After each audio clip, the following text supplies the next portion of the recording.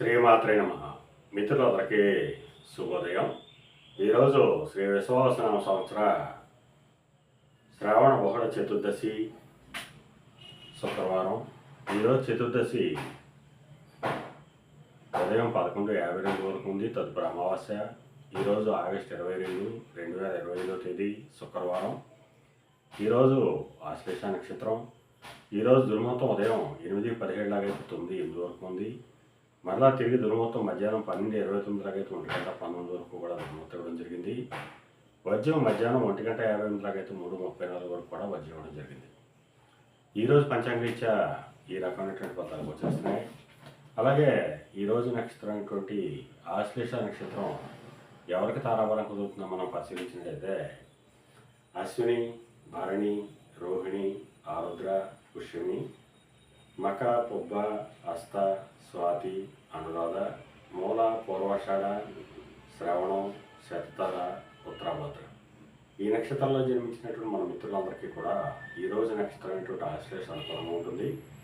అందువలన ఇప్పుడు చెప్పుకున్నటువంటి నక్షత్ర జాతకులందరికీ ఈరోజు శుభకరంగా ఉండే అవకాశం ఉంది.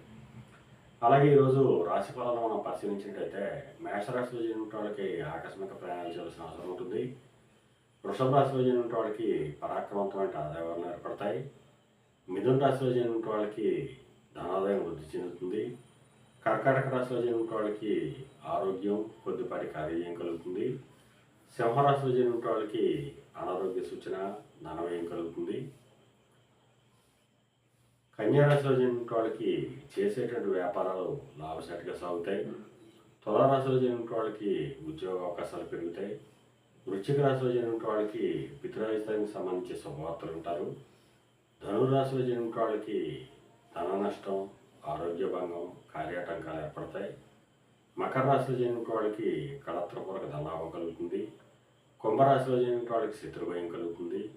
మేన రాశిలో జన్మించిన వాళ్ళకి సంతానానికి సంబంధించి శుభవార్తలు అంటారు.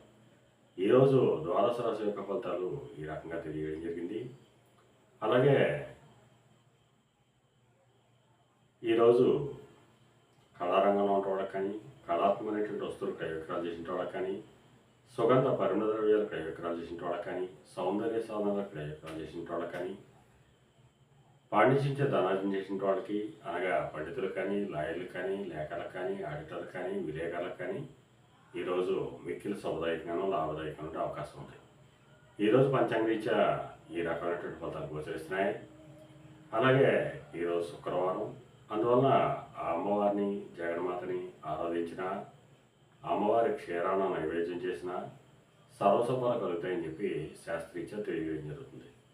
అలాగే మళ్ళా రేపు శుభోదయం కార్యక్రమంలో మరిన్ని విషయాలు తెలుసుకుందాం.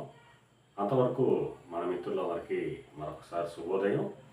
ఇట్లు మీ పెద్దబాబు సిద్ధాంతి, కొల్లల మామిడి.